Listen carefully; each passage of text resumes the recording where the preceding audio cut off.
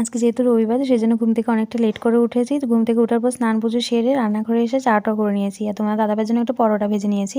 আর আমি দোকান থেকে আমার জন্য চন্দ্রকলার কেক নিয়ে এসেছি। তো এটাই বসে, বসে চা দিয়ে খাবো। ভীষণ ভালো লাগে আমার মিষ্টি খেতে। আমাকে যতটা দেবে ততটাই মিষ্টি খেতে পারবো এমন আরকি। ভীষণ ভালোবাসি।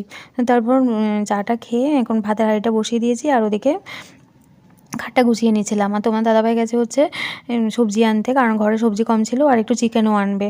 তো আজকে যেহেতু সানডে রান্নাবান্না করতে অনেকটাই লেট হবে। আর আজকে করবো হচ্ছে শুটকি মাছের ভর্তা। তো সেজন্য শুটকি মাছটা এনেছে।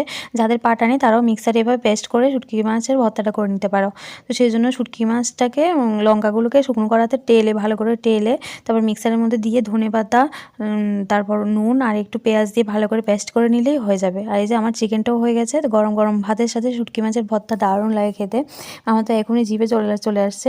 দারুণ ঝাল ঝাল ব্যাপার, ভীষণ ভালো লাগে। তো আমার এই মিনি ব্লগটা কেমন লেগেছে অবশ্যই কমেন্টে জানিও। টাটা।